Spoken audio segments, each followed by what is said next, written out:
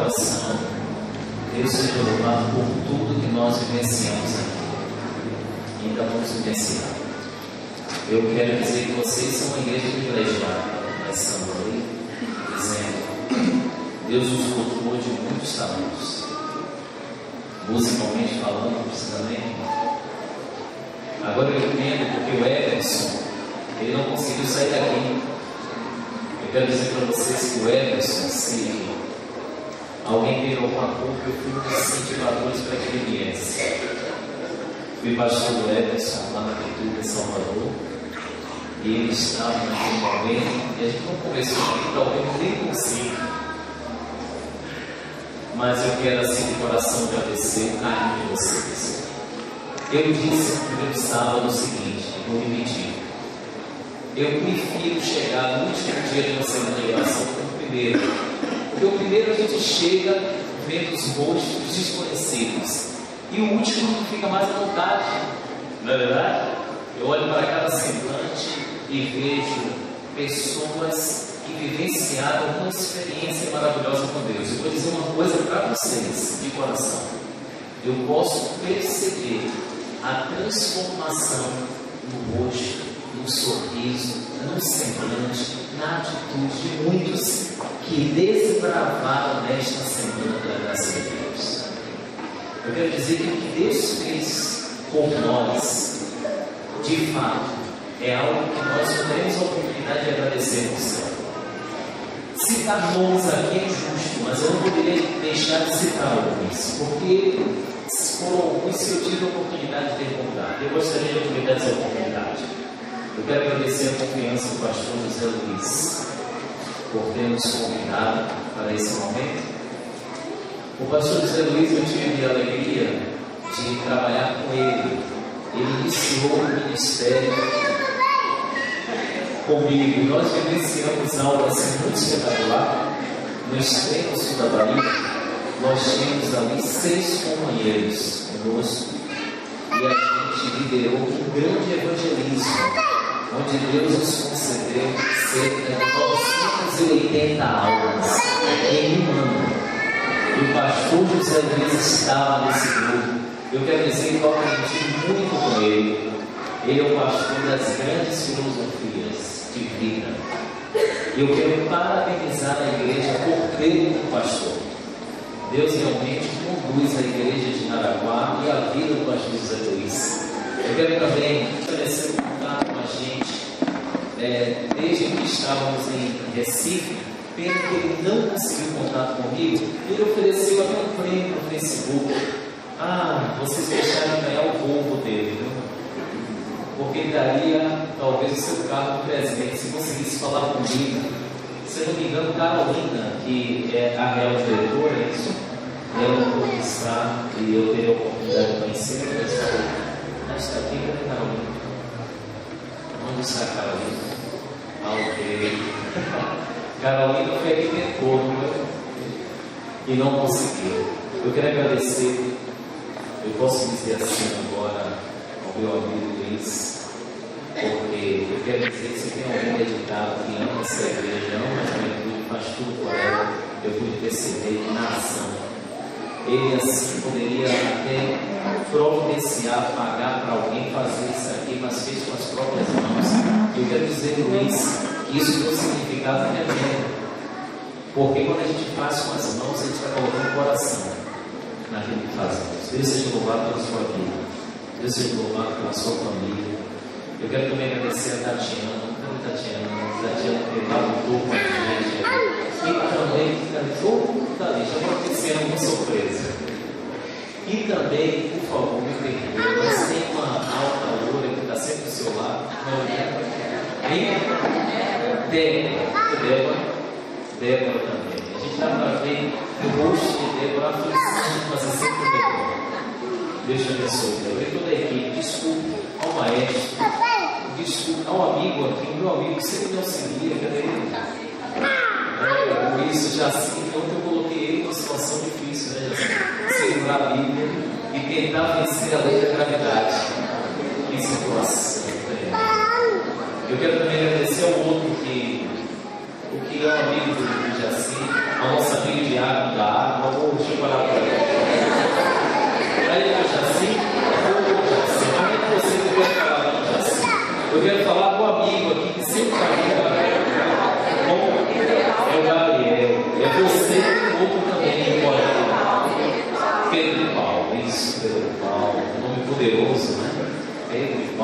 tem esse caráter junto de Pedro e Paulo.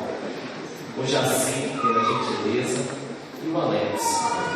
Alex é um homem de Deus. Queridos, quero dizer o seguinte para vocês: espalhem essa mensagem que ele tem gravado no YouTube. Você não imagina o poder e o efeito que esse trabalho pode ser feito. O Alex está em uma missão que ontem parece que ele perdeu 60%, né? Ele está um pouco aflito, mas Deus não operado. Eu quero também agradecer os primeiros que me receberam em suas casas. Eu assim cheguei, o Luiz me levou, eu fui muito bem recebido. E eu tomei um orgulho de irmãos que eu nunca tomei em toda a minha vida. Me perdoe, me diz outros, me perdoe. Mas não é o conceito de queijo de vocês que é gostoso, mas o iogurte da ética. O Arno também, essa simpatia. Estou devendo a vocês uma coisa, mas amigos, que Deus abençoe, perdoe. Eu queria ser obrigado por vocês são carinhosos, vocês são de fato acolhedores. E eu saio daqui devedor. Eu saio daqui devendo muito mais. Eu saio daqui levando muito mais do que eu já tenho dado. Eu saio daqui diferente. Eu saio daqui abençoado. Que Deus abençoe vocês. Muito obrigado pela expressão de carinho. Deve ser um paletão que eu abri para o tempo. Mas eu agradeço o carinho de vocês. E toda vez que eu não vou precisar usar para lembrar, tá bom? Eu queria também que vocês, toda vez que cantassem essa música, Nasce em mim, lembrem o que Deus fez na vida de cada um de nós. E há quem diga que, em nome de Jesus, o recorde foi batido, né? Nós tivemos uma semana muito bem frequentada. E Deus seja louvado por isso. Porque nós vivemos uma semana diferente, com um feriado na quinta, com muita gente fazendo prova no final do semestre, mas vocês vieram pela graça de Deus. E eu fico tranquilo, porque quando a palavra de Deus é falada, algo acontece. Mas saiba uma coisa, você não pode sair hoje daqui ainda. Desculpa, eu fiz o primeiro sermão, pastor, mas a emoção foi grande. Fazer o ano de um momento especial, uma cidade especial. O momento da gente vivendo um momento está em 89. Esse é 6. Deus me deu o direito de viver e agradecimento. Muito obrigado, Deus continua abençoando esse ministério. Você que recebeu essa bênção para a igreja. Deus abençoe.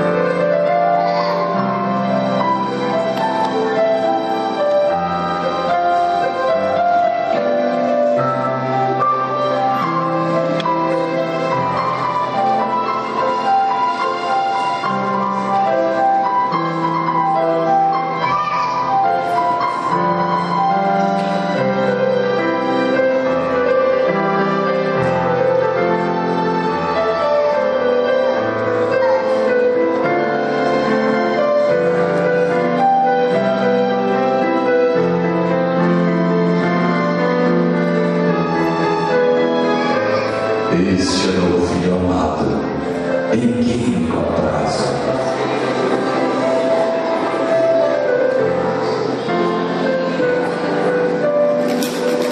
Se não olhar para ela, ela fica quietinha. Mas, queridos, a grande pergunta nesse momento é o que Deus tem para a gente, mas ainda do que Ele já deu no decorrer dessa semana.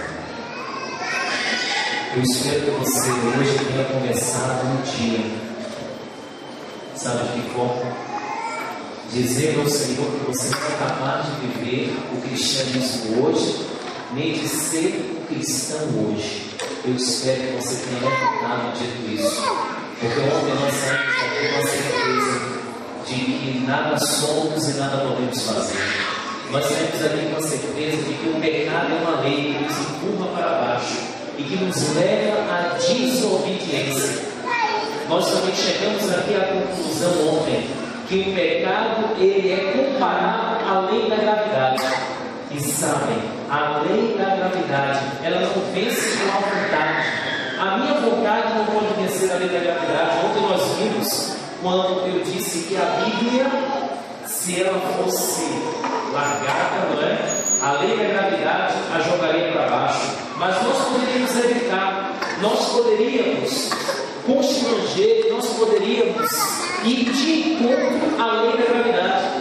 Era só segurar que nós seguramos. A questão é, nós vencemos a lei da gravidade porque nós conseguimos evitar que um objeto desse vencemos temporariamente. Podemos vencer por um tempo, muito tempo, a depender da força e da concentração, mas não todo o tempo.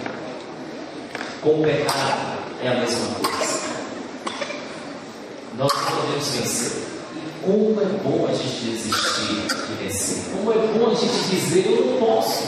Como é bom a gente entender por que eu saio de uma semana de oração, de uma experiência espiritual tão forte como essa, e por que na próxima semana eu caio e eu passo uma cena pior do que o que era. E eu também entendi que as promessas espirituais são como as promessas que nós fazemos no início do ano. E lembra que eu falei a questão do caderno? Eu disse que quando eu era juvenil, né, uma das maiores emoções é quando a gente recebe um material escolar novo. E eu recebi um material escolar novo e um caderno novo, e eu dizia assim: olha, esse caderno não será como no ano passado. Ele será um caderno arrumadinho, organizadinho, sem borrões, sem riscos. Primeiro dia maravilhoso, segundo dia, um mês, 2 meses, só Deus entendia a minha letra. Assim é a experiência espiritual. Não dá. Mas deixa eu dizer uma coisa para você. Eu não acredito, queridos, em semana de oração. Eu não acredito em um momento espiritual forte apenas. O que eu acredito é em uma semana de oração que começa uma vida de oração. Eu espero que, pela graça de Deus, essa semana seja o começo de um novo estilo de vida para você e para mim. Mas sabe, nós precisamos saber de uma coisa antes de partirmos para a nossa realidade, sem esses estímulos diários da semana que nós tivemos. Nós precisamos entender e compreender que o inimigo ele é tão sagaz que ele vai te dizer algo nessa manhã que disse para Jesus. Ele vai dizer, queridos, que o propósito pelo qual você nasceu e que a ação de Deus para cumprir e o preparo para as mudanças radicais e, antes de tudo, a vitória frente à crise e a vitória frente ao dilema e atenção do bem que queremos fazer e não conseguimos, e do mal que não queremos e nós fazemos, nós não conseguiremos, porque é ilógico sermos filhos de Deus. É por isso que quando a gente fala de Jesus, nós estamos falando da grande vida. E talvez vocês perguntem: por que Jesus está no meio de Sansão, Jacó, Davi, Daniel e Paulo? Ele não deveria estar. Mas vocês esqueceram que a Bíblia diz que Jesus é homem e que ele se tornou homem? A gente às vezes esquece que Jesus venceu como homem. Às vezes nós esquecemos que Jesus, em toda a situação aqui na terra, ele abdicou dos atributos incomunicáveis. A palavra de Deus diz que Jesus não não é meio homem e meio Deus. Jesus ele é 100% homem e 100% Deus. Mas quando aqui esteve, ele venceu o pecado, triunfou como homem. É por isso que Paulo diz que ele não tomou por preocupação do ser igual a Deus, porque na forma, mesmo sendo Deus, assumiu a humanidade. E sabem, queridos, aí está o mistério da encarnação. O mistério da encarnação é Deus se revestindo de homem com finalidade redentiva. A serva do Senhor diz que Jesus Cristo não tomou emprestado a natureza humana, Ele se ligou à natureza humana eternamente. Quando nós o encontrarmos no céu, nós o encontraremos como homem também, para todo sempre. Ele demonstrará as mãos que foram fundadas. Mas essa lição, é por isso que ele está aqui. Agora tem uma diferença da sua biografia das outras. Sabe qual é? É que a sua biografia ela é prescritiva. Eu sei que eu estou diante aqui de alguns médicos. E eu fico imaginando você entrar no consultório e você chega para o médico e diz assim: doutor, eu vim aqui. Pois não, estou vendo o que você veio aqui. Ele sabe, doutor, eu queria. Aí o médico vira e diz assim: o médico não pode fazer nada sem ouvir. Ele pode ser especialista do que for, mas se você não disser o que está sentindo, ele não vai adivinhar, não é verdade? Imagina um paciente que entra no consultório e diz assim: doutor, eu estou aqui sim, bom dia, o que você tem? Não, doutor, você é médico, você vai ter que saber. Você não é médico? Vai ter que saber. Não, você tem que dizer. E depois que você analisa todos os sintomas e você faz um diagnóstico, a depender de um determinado exame, então você dá uma receita para resolver o problema. E eu pergunto: essa receita é descritiva ou prescritiva? Prescritiva.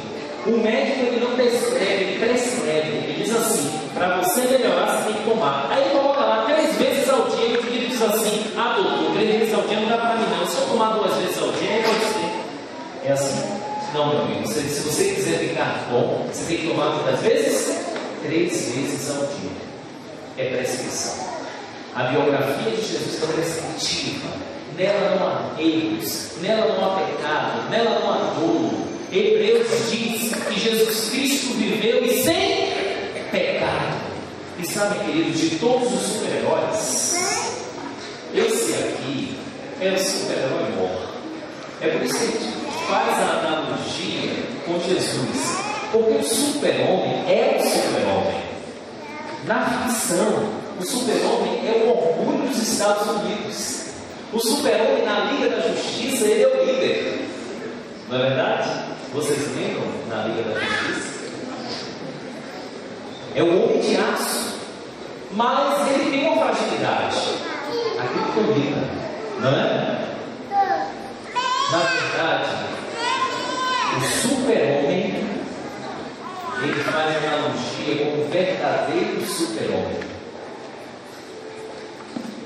Não existe super-homem, só na ficção. E o último herói da ficção que deve sair da nossa mente é esse. E no lugar dele, de uma vez por todas, Jesus. Mas nós precisamos compreender algumas verdades sobre Jesus. Até então, a igreja conhece muito a Jesus como Deus, mas conhece pouco a Jesus como homem. Sabem disso? A gente não se dirige a Jesus, nem se dirige a Ele como Deus, como de fato é, 100% Deus. O imortal se tornou mortal, sem deixar de ser imortal, para que nós mortais pudéssemos ser imortais. E aí está o segredo da salvação. Jesus, sempre imortal na essência, se fez mortal, sem deixar de ser imortal, e isso é o mistério, para que nós mortais, a partir do momento que crescemos nele, nos tornássemos o quê? Imortais. Vidas imortalizadas em Jesus. A vida eterna é esta: que conheçam a Ti como único Deus verdadeiro. A Ti quem? Jesus. Mas há um detalhe que a gente precisa compreender. Jesus, ele tinha consciência de que era Deus.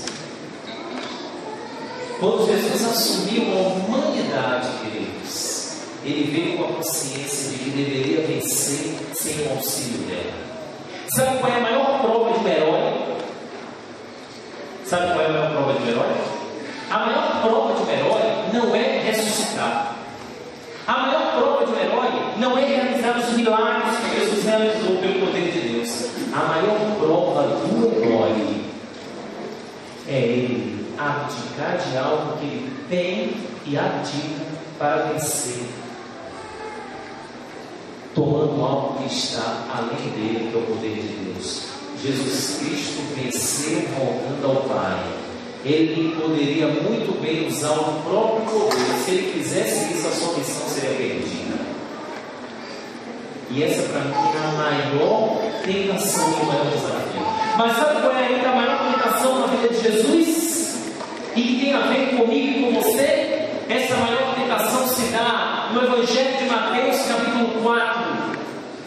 E da vida de Cristo, queridos, eu gostaria de ressaltar o aspecto do seu batismo, porque é no batismo de Jesus que a gente começa a compreender algumas questões.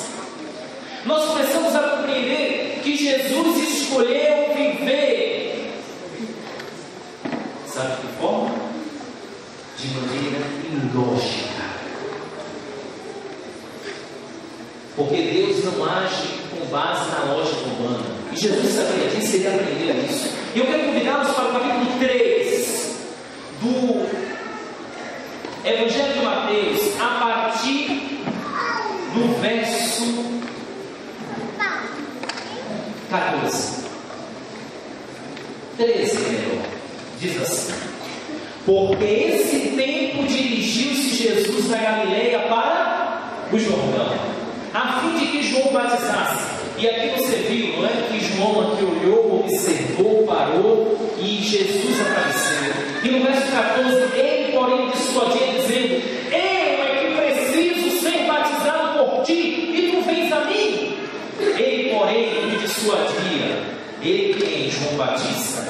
Mas no verso 15 diz que Jesus lhe respondeu: deixa por enquanto, porque assim nos convém cumprir toda a justiça.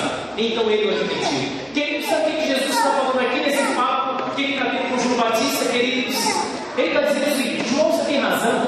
Eu não deveria ser batizado por você, porque eu sou superior a você. João, você profetizou a meu respeito, é verdade. Você está sendo lógico, você está sendo racional. Mas sabe, João, Deus quer que seja assim. Então, se Deus quer que seja assim, será assim. Deixa eu mostrar para vocês, se o computador chegar aqui na minha mão, uma história muito interessante sobre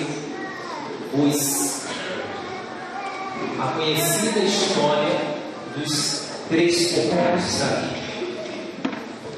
Vocês conhecem? Perguntaram. E se você disser que nunca viu, então a criança ali, os 3 porquinhos.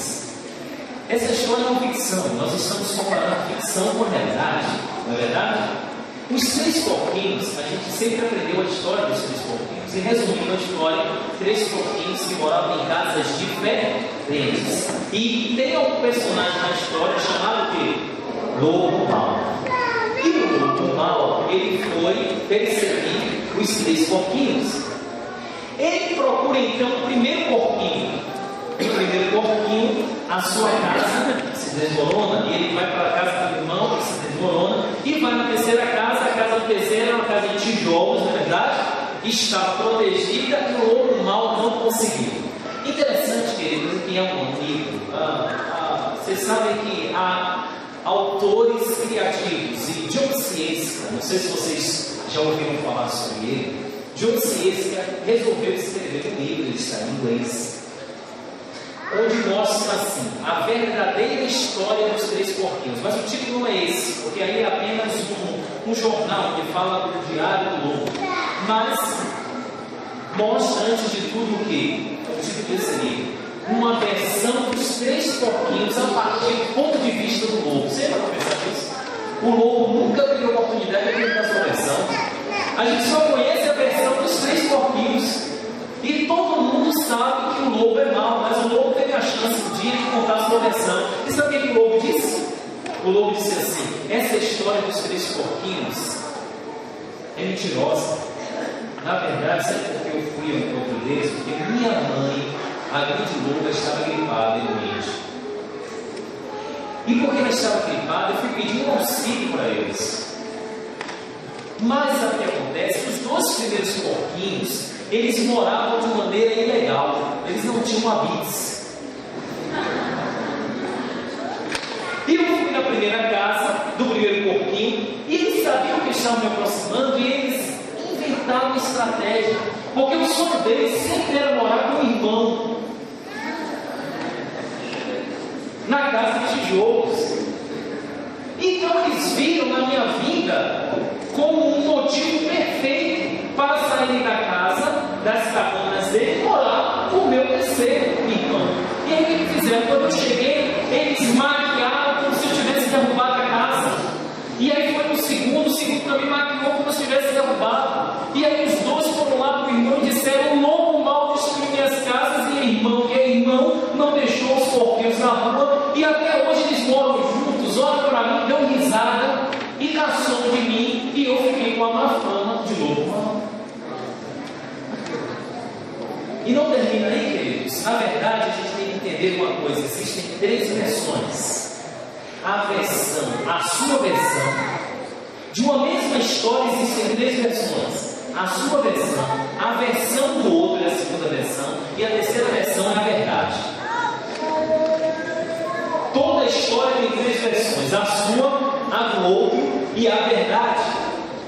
Há ainda uma outra história que exemplifica isso, é a história de um macaco, de um leão, de um coelho.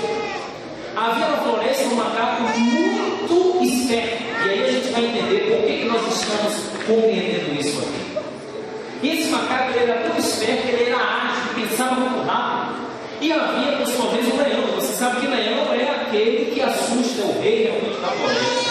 E aquele macaquinho, ele tinha o sonho de ser o primeiro. E ele disse: eu não vou vencer o leão pela força, mas eu vou vencer pela inteligência. Você sabe que há várias formas de domínio, né, na vida. Uns dominam pela força e outros pela inteligência. E o macaquinho esperto resolveu dominar pela inteligência. E ele sempre estava cutucando o leão. E quando o leão ia ao seu encontro, ele fugia. Mas chegou um determinado momento que ele disse: eu não posso ficar fugindo do leão, porque ele é muito rápido, muito forte. Eu vou ter que estabelecer um plano perfeito para acabar com o leão. E sabe o que ele fez? O leão tinha uma perseguição acirrada contra ele. Ele planejou tudo e descobriu uma carcaça de leão no meio da floresta. E o macaquinho virou diante da carcaça, esperou o leão vir. Quando o leão foi se aproximando, ele requer coragem. Se você tem que arriscar na vida, se você quiser mudar a realidade, ele disse: eu vou arriscar. E quando o leão foi se aproximando, ele abriu e disse assim: que leão gostoso! Ah, eu estou aqui aguardando o próximo leão. Quando o leão parou e disse: macaco que come leão? E quando ele parou, ele ficou pálido. E o macaco virou para o leão, e o leão não hesitou e saiu correndo, fugindo. Só que o coelho, que era inimigo do macaco, assistiu toda a cena e disse: agora eu vou acabar com esse macaco e vou ganhar a amizade do leão. E sabe o que o coelhinho fez? Achando que era mais inteligente que o macaco, parou o leão assustado, disse: calma, para, não tem um macaco com o leão. Não, ele te enganou. Explicou toda a história, convenceu o leão a voltar. E quando ele voltou junto com o leão, o macaco olhou, fez a leitura de tudo e descobriu: ah, esse coelho está querendo me atrapalhar. E quando ele disse: já sei o que eu vou fazer. Quando chegou o coelho junto com o leão, ele se colocou de novo diante da carcaça e disse bem alto: onde está esse coelho que me prometeu trazer um leão? Ele está atrasado. Disse que o leão olhou para o coelho e você já sabe o final da história. Meus amigos, sabe qual é a grande verdade? Cuidado com a aversão do lobo e cuidado com a aversão do macaco. Há um inimigo que ele tem uma aversão contra nós. Ele nos assistiu essa semana. Os demônios estiveram aqui também, vocês ouviram?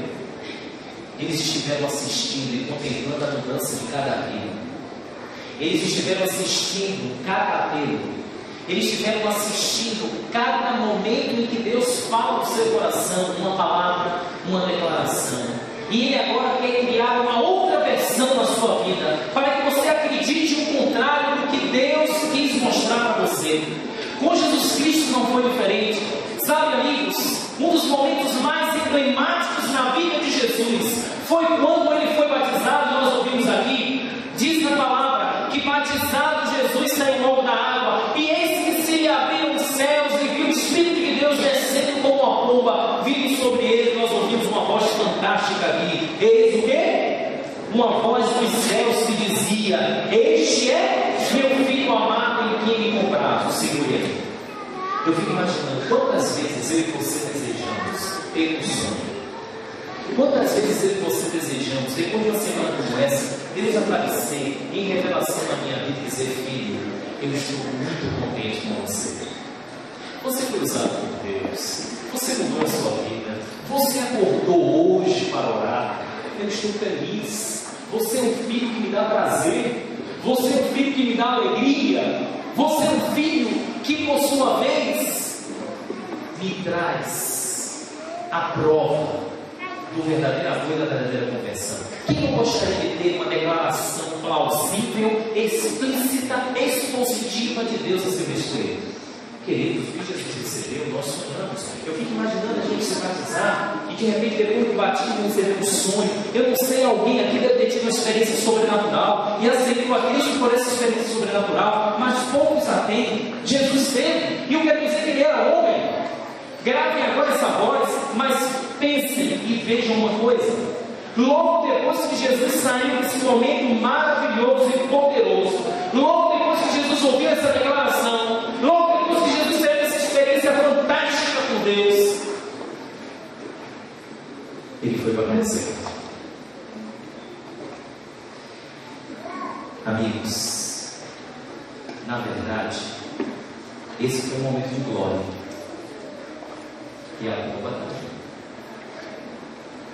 Mas logo depois desse momento de glória, veio o deserto. Sabe por que a Bíblia é fantástica? Porque ela mantém as histórias para nos alertar. Sabe qual é a alerta nesse último dia para você, meu querido amigo? A grande alerta para mim e para você é o seguinte: você acabou de sair de uma experiência fantástica com Deus. Mas se prepare, porque daqui a pouco você vai entrar no deserto. Sentido? Eu estou sendo realista para vocês. Eu poderia ser um pregador irresponsável e nesse momento dizer para vocês que agora nós estaremos em total triunfo com Deus. E ontem e hoje eu estou chamando para a realidade. Porque eu quero sair daqui e pegar daqui a pouco o voo para Recife com a consciência tranquila de que a palavra de Deus foi apresentada comigo. O que eu quero te dizer é o que Deus quer te dizer. Deus está dizendo para você: se prepare para o deserto da vida. Se prepare, porque depois de uma grande bênção vem uma grande prova. Sempre assim. Interessante é que o verso 1 diz: a seguir foi Jesus levado pelo Espírito ao deserto. Aqui há uma tradução não muito bem feita, porque aqui na verdade deveria ser traduzido no original em grego como: a seguir foi Jesus levado pela influência do Espírito ao deserto.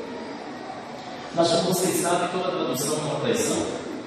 Para ser tentado pelo diabo. E depois de jejuar 40 dias e 40 noites, teve o quê? Fome. Eu fico imaginando, amigos, você pensar que depois de um jejum de 40 dias, Jesus estava bonitinho. Você acha que Jesus estava com a imagem bonita?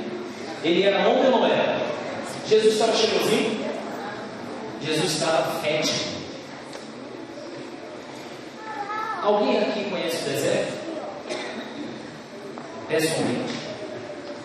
Amigos? Poucos? Deserto não é brincadeira? Durante o dia é uma quentura do inferno. Metade. Porque não existe o inferno. E à noite é um frio do Polo Norte. Se durante o dia o sol te queima, à noite o frio te congela. imagine você numa situação que você sente os extremos climáticos no mesmo lugar. E ele sentia o que? Ele via a sua areia, os uivos dos animais. É de enlouquecer. 40 dias. Deixa eu contar uma coisa para você. E Deus sabe que eu estou falando a verdade. Parece até piada, parece conversa, mas deixa eu contar algo para vocês. Como às vezes a palavra ela pode trazer até mexer com os neurôticos e os psicóticos. À medida que depois do hospício, fora do hospício, a igreja é o período que tem mais loucos. Mas um dia, como pastor ainda em determinado lugar, eu cheguei num grupinho muito simples. E eu quero dizer uma coisa para vocês: zelo sem conhecimento gera fanatismo. E eu fui com a minha esposa, e ela é testemunha do que eu estou falando. Quando eu cheguei lá, eu tinha a mania, o costume, melhor dizendo, de colocar na minha escala, em determinado lugar que eu ia, assim um sinal. Porque geralmente quando o pastor chega, o pessoal sempre dá o culto, não é assim? Então eu queria assistir para ver o que o povo estava ouvindo. E pasme, quando eu cheguei na metade do sermão do amigo lá, humilde. Quando me viu, ficou entusiasmado. Ele estava pregando sobre o jejum de 40 dias. Ele disse assim: olha a conclusão dele, irmãos. Jesus, ele era pecador? Ele tinha pecado? Não tinha, realmente não tinha. Se Jesus, que não tinha pecado, jejuou 40 dias, você acha que esse jejum de um dia para a gente é suficiente? Então, irmãos, eu vim aqui pelo poder de Deus para dizer que nós temos que jejuar o dobro de Jesus. E a partir de hoje nós vamos estabelecer aqui um jejum de 80 dias. Quem gostaria de, nesse momento, ainda bem que o pastor acaba de chegar, meu Deus, quem gostaria de estar comigo nessa empreitada espiritual aí, uma senhora tadinha, de quase 70 anos. Você dava para ver ela fome no semblante. E ela levanta o braço, ela levanta aqueles caminhos de velhos. Pronto, eu já estou vendo as manchetes do jornal. Eu sei quem prega é pastor. Pastor mata toda a igreja estabelecendo o jejum.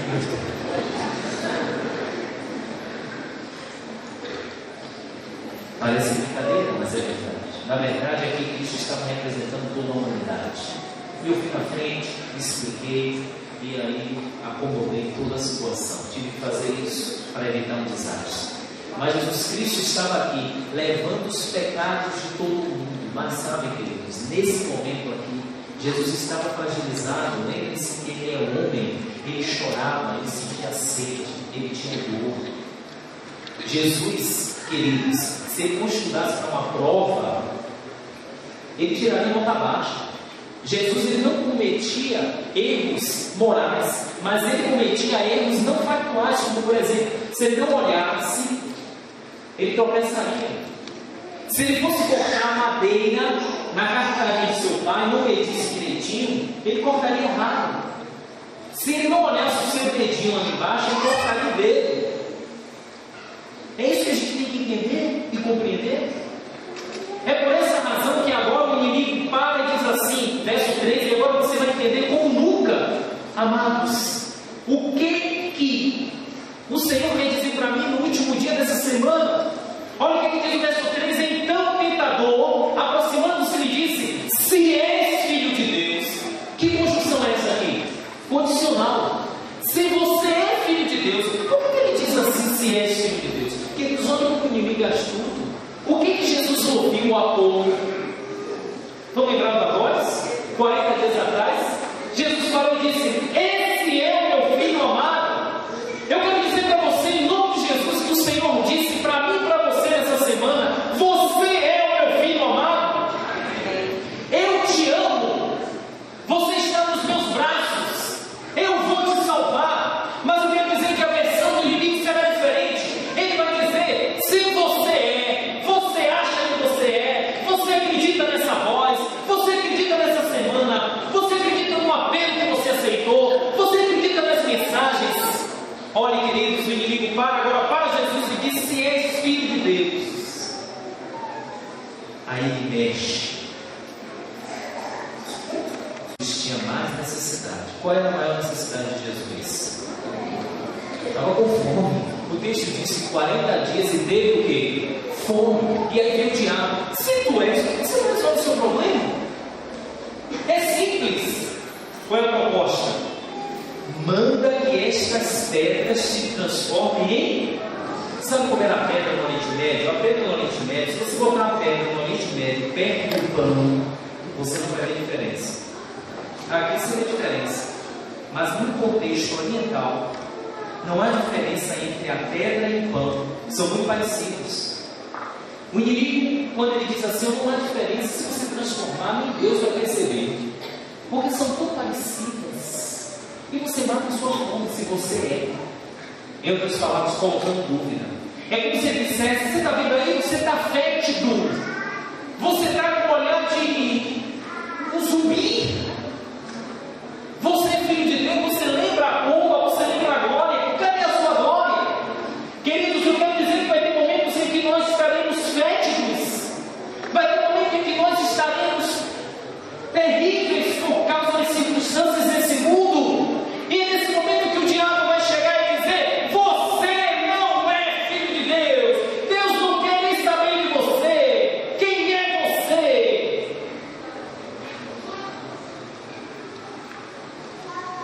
E olha a resposta de Jesus, queridos. Está escrito: não só de pão viverá o homem, mas de toda a que procede da boca de Deus. Sabe o que esse texto está dizendo?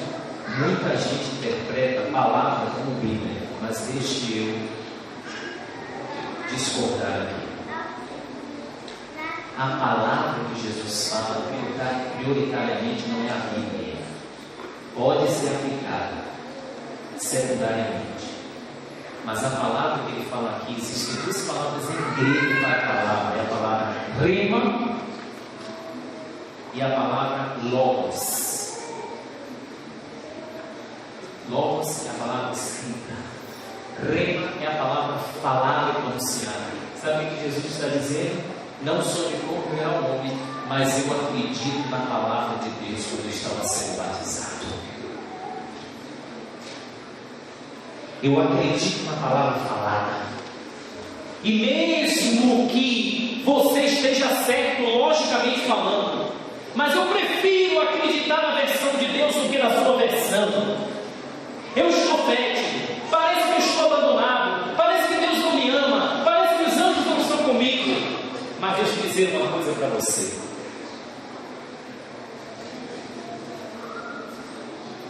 Eu escolhi acreditar na palavra. Você já parou para pensar, queridos? Sabe o que quer dizer deserto em hebraico? Deserto quer dizer encontro com a palavra. Você já viu que antes de Deus preparar alguém, ele leva para o deserto? Lembra de Elis? Lembra do povo de Israel? A própria igreja remanescente, antes de ir para a vida eterna, antes de ir para o céu, vai fazer o quê? Vai passar no deserto por quanto tempo? 1260 dias. Deus sempre leva no deserto antes. Mas sabe, queridos, o mais interessante é que o inimigo, vendo que a primeira tentação não teve efeito, ele foi para a segunda. Então o diabo levou a cidade santa e colocou sobre o pináculo do templo e disse: se és filho de Deus, atira-te. Havia uma profecia que dizia assim: que se o Messias deveria se atirar lá do alto para provar que era o Messias, e o diabo sabia. E no entanto a resposta de Jesus foi: aos seus anjos dará ordem o quê? A teu respeito, eles te suscitarão nas tuas mãos. Dizia ainda o diabo na sua versão, mas Jesus respondeu: também está escrito: não tentarás o quê? O Senhor teu Deus. E vendo que passou a segunda, na última tentação, aí o diabo se mostra como é. Levou ainda o diabo ao monte. Até então eu estava dizendo que era o diabo, mas agora na terceira ele se revela. Ele diz: sabe uma coisa? Vamos parar a brincadeira. Você sabe que eu sou o diabo, eu estou te tentando. Vamos fazer um negócio aqui. Vamos negociar.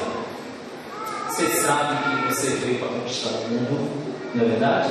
Então eu te dou esse mundo. Só se você se ajoelhar rapidinho. 5 minutos.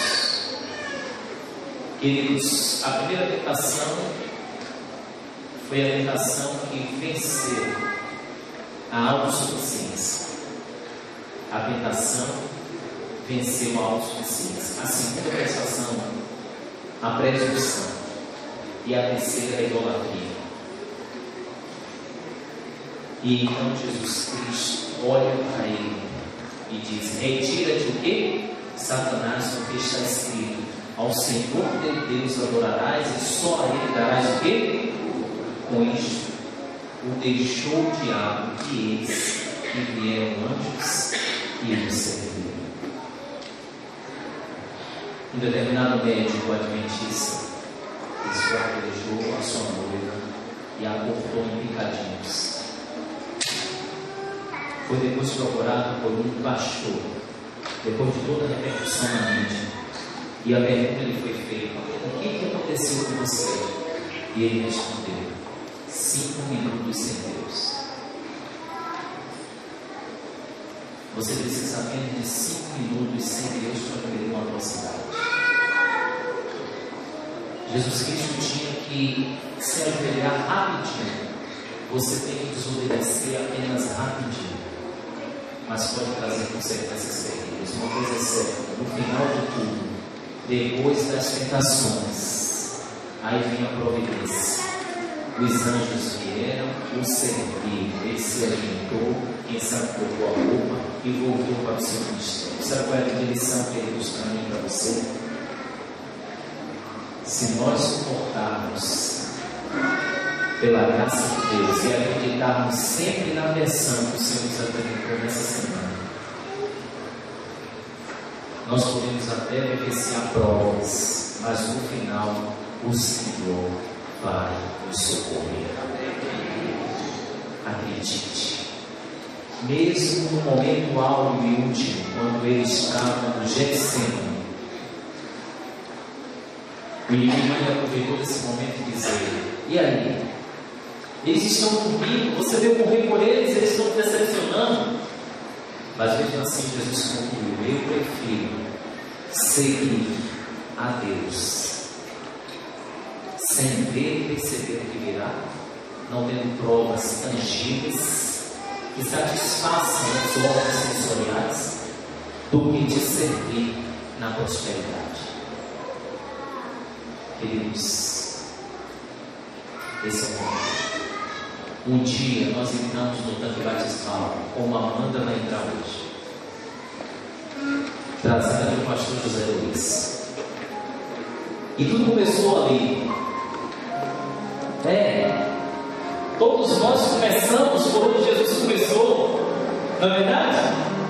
Mesmo que você tenha nascido nos princípios da igreja, você tem que ser batizado. Eu vou viver essa emoção. Daqui a 2 semanas eu estarei batizando a minha filha.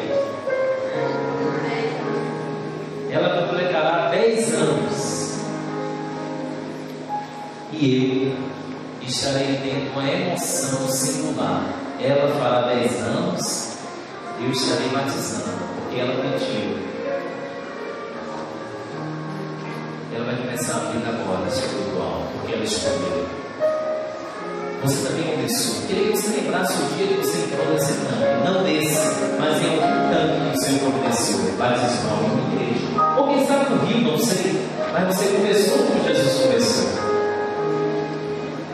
Nesse momento, a Amanda tem o privilégio de se batizar nessa hora. É por essa razão que o pastor José Luiz a batiza segundo a ordem do Mestre, em nome do Pai, do Filho e do Espírito Santo. Amém.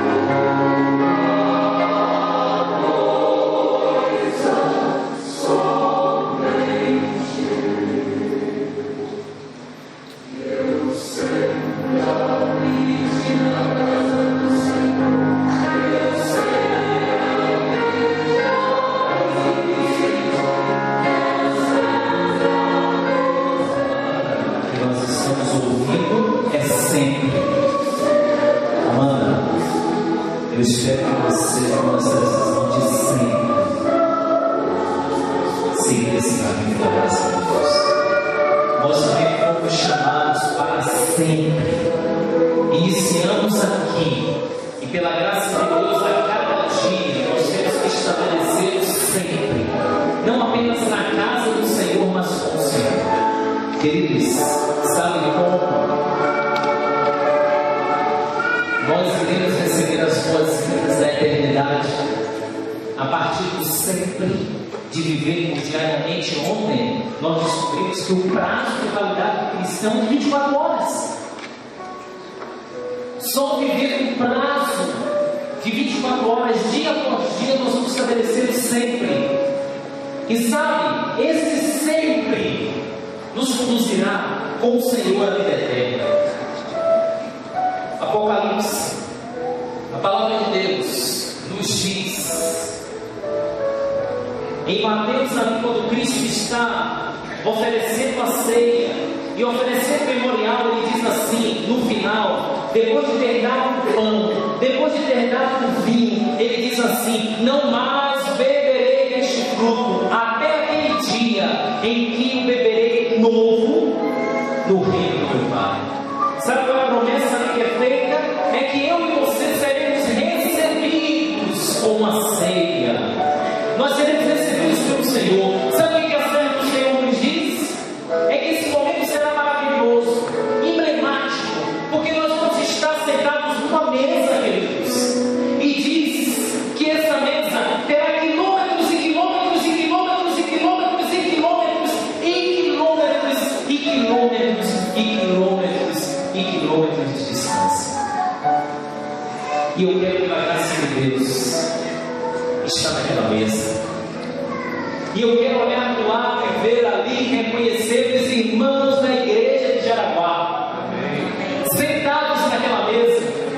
E eu quero dizer em nome de Jesus para você, que naquela mesa também, quando a gente olhar para um lado, olhar para o outro, nós iremos encontrar e ver Sansão.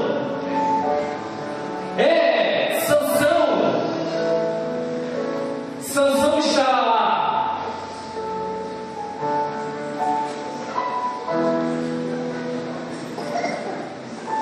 Quando olhar para o outro lado da mesa, eu vou olhar Jacó. Hoje nós estamos vendo uma caracterização de Sansão, mas pela graça de Deus, Sansão não estará assim tão sério, ele estará sorrindo, porque estará feliz, porque estará regozijando pelo Senhor. Jacó também estará feliz, mas não apenas Jacó, nós também veremos Davi. Eu acredite, ele vai manter a sua estatura, porque a transformação de repente não vai mudar a estrutura. E quem sabe você vai ver o pequeno Davi ali, e você também vai ver Daniel. E quem sabe você vai ter a oportunidade de dizer: Sansão, obrigado, porque Sansão, a sua história me ajudou muito. Jacó, você ainda andou tanto, mas no final seu nome foi Israel, e a sua história me ajudou. Davi, apesar da sua queda, você me ensinou, Davi, que são as pequenas concessões, e a partir da sua história eu tomei uma decisão maravilhosa por Deus. Daniel, você foi fiel. Sim, Daniel, a sua história me mostrou que todos entraram em crise, mas quem está com Deus também tem crise. Lá também estará o homem mais honesto da Bíblia, aquele que poderia se esconder, mas revelou o seu dilema. Apesar de ter as suas credenciais, apesar de ser um homem respeitado, apesar de ser um pastor que influenciou todo o Novo Testamento, Paulo estará lá. E você vai se aproximar de Paulo e vai dizer: Paulo, muito obrigado. As suas palavras, Paulo, o bem que quero fazer, eu não faço, mas o mal que não quero, esse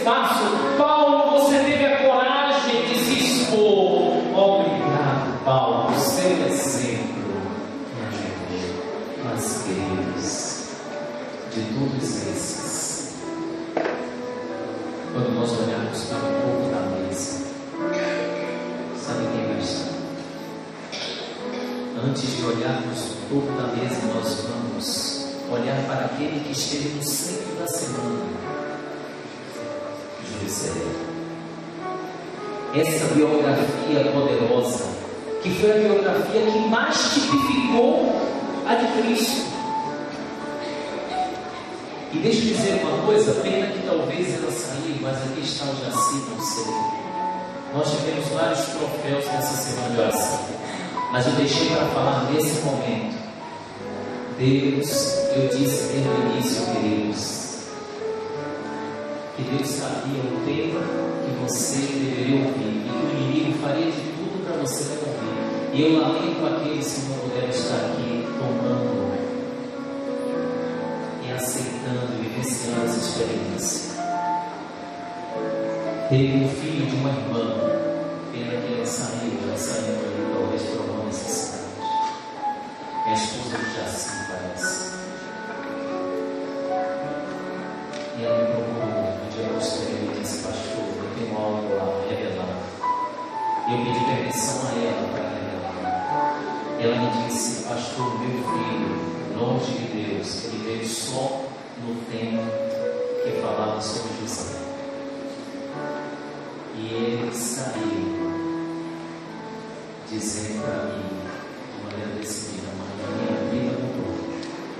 A partir de hoje, eu refaço a minha vida com Deus. Mãe, eu não vou poder estar nos próximos dias, porque eu vou viajar. Mas saiba que você tem um filho que voltou para o Senhor. Mãe, anote tudo lá. Talvez ele não sabia que o Alex tinha gravado tudo. Eu quero assistir, eu quero perder nada. Fora os outros momentos. Eu poderia dar a oportunidade para que você falasse. E eu tenho certeza que nós ficaremos aqui à tarde e a semana toda. Eu queria fazer uma simples pergunta para você. Qual foi o tema que mais te alcançou? O que significou essa semana para você? Será que nós teríamos dois jovens, rapidinho, que em 10 segundos poderia dizer isso? Será que tem alguém que gostaria de ter a coragem de dizer, em nome de Jesus, essa semana significou essa experiência para mim? Será que tem algum jovem, dois apenas, que queria dizer isso? Eu não combinei com ninguém, mas eu queria que você fosse impulsionado pelo Espírito de Deus. Será que alguém gostaria de dizer isso? O que significou? Esteja você dirigindo a semana ou não. Eu não combinei. Aliás, a gente não pode combinar. Você tem que ser trazido por Deus. Eu sei. Vença agora e diga: eu quero me expor e dizer. Significou para mim. Deus falou no meu coração. Foi assim, assim. Teria alguém. Quem gosta de dizer ao Senhor: Pai, essa semana foi marcante na minha vida. Levante sua mão. Muito bem. Muita gente. Mas eu sei que poucos de repente querem levantar aqui. Mas ainda acham. Pode ver. 10 segundos, Tatiana. O que significa essa semana para você? Geralmente quem dirige, ele não entra muito, né? Porque ele está resolvendo as coisas, às vezes não ouve a mensagem e fica mais na estrutura, mas de maneira prática. O que significou e qual dia marcante na sua vida essa semana? Eu me propus a sempre assistir o culto, dia eu vou fazer outras coisas. E essa semana realmente me trouxe bastante Deus. E o dia que vai ficar. E você, querida, muito prazer. É a diretora. Eu sei, diretora, então você esteve aqui há alguns dias. Eu sei que não todos. Mas o que significou essa semana? O dia do tema que falou o seu coração? Quando o pastor falou de Moisés, eu até falei um pouco só lá em casa, quando de tudo, né, que eu e minha família a gente está passando, quando o Senhor falou que tudo que Deus faz na nossa vida é para no final nós sermos salvos. E no momento assim, que a gente está passando foi o que mais me marcou. Que eu sei de tudo que Deus tem, os seus planos que a gente faz em toda a nossa vida, o que é mais importante é que no final nós não sermos salvos que nós vamos para o céu. Deus seja louvado por esses testemunhos que representam as dezenas. Eu tenho certeza que nós estamos aqui. Os nós fossemos dar uma oportunidade, eu vejo semblante. Eu sei que nós não sairemos daqui. Eu sei. Mas deixa eu dizer uma coisa para você. É Deus quem faz isso. Até eu acredito, né? Miriam, seja bem-vinda. Seja bem-vinda. E cadê? Onde está o nosso Moisés? Aqui. Moisés. É verdade, foi o que mais marcou, não foi, querido? Foi o que mais marcou o nascimento de Moisés. Mas sabe, queridos, de todos esses personagens que aqui estão, Sansão, Jacó, Davi, Daniel, José, Paulo, aqui nós veremos depois nossas coisas, porque quando a gente olhar para o centro da mesa aparecerá Jesus. O Jesus que cresceu como homem. O Jesus que sabe o que eu enfrento e quem eu sou. Ele te conhece, Ele me conhece. Ele sabe quais são as nossas fraquezas. Ele é nosso amigo, Ele é nosso irmão, Ele é Cristo. Ele te ama, Ele sabe quantos fios de cabelo você tem, Ele sabe quais são os seus anseios, os seus traumas, Ele sabe quais são as suas ansiedades, Ele olha para você com compaixão. Ele é o nosso Deus, o nosso melhor representante, o nosso Salvador. E é por isso que nesse momento eu quero fazer um apelo para você. Eu queria que a gente se levantasse e dessemos as mãos, porque eu imagino que esse momento será um momento de comunhão. Será um momento em que na mesa nós daremos as mãos. Eu queria que a gente desse as mãos aos nossos irmãos. E nós vamos cantar a oração que o Senhor Jesus já atendeu. Que oração é essa? É a oração cantada. E nessa oração diz o quê? Nasce em mim, nasce em mim. Salva a minha vida, nasce em mim. Queridos, deixa eu dizer uma coisa para você. Jesus nasceu na história para nascer no nosso coração. E nessa semana Ele confirmou o nascimento que um dia fez no tanque. E que às vezes a gente escanteia essa experiência. Mas hoje Ele aceitou e ouviu o nosso pedido. Ele nasceu no nosso coração. Eu queria que a gente cantasse essa música de uma forma totalmente diferente da que temos cantado cada dia. E que eu entenda que todos os dias eu tenho que fazer esse pedido. E sair deste momento glorioso, poderoso, magnífico, para enfrentarmos os desertos da nossa vida. Em nome de Jesus. Vamos cantar e vamos terminar esse momento. Aliás, não terminar, começar. E é terminar a eternidade continuar. Eu não quero marcar um encontro com vocês embaixo da árvore da vida, não, que já está congestionado. Muita gente marca um encontro lá. Eu quero marcar em outro lugar. Eu quero encontrar vocês. Se a gente não mais se vê, eu estudo para Recife, a gente não sabe. Se a gente não mais se encontrar, sabe que eu estou orando por vocês, todos vocês, para que a gente não tenha essa experiência. E se o Senhor nos conceder a oportunidade de nos encontrarmos ainda nessa terra, em algum lugar que assim seja, voltando ou vocês indo lá, não sei. Mas uma coisa é certa, é um encontro marcado, independentemente do que aconteça conosco. E esse encontro marcado é no céu. Amém? Amém. Te encontro no céu em nome de Jesus.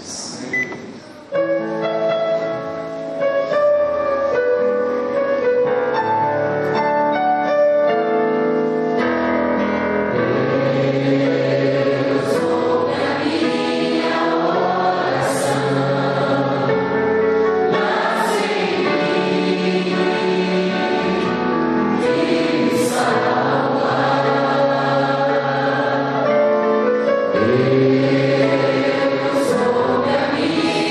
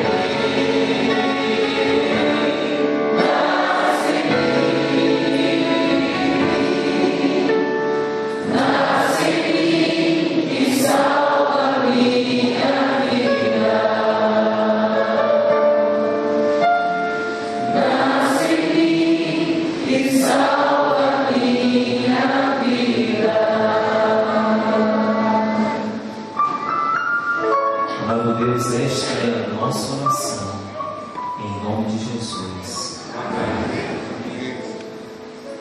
Que Deus abençoe a todos.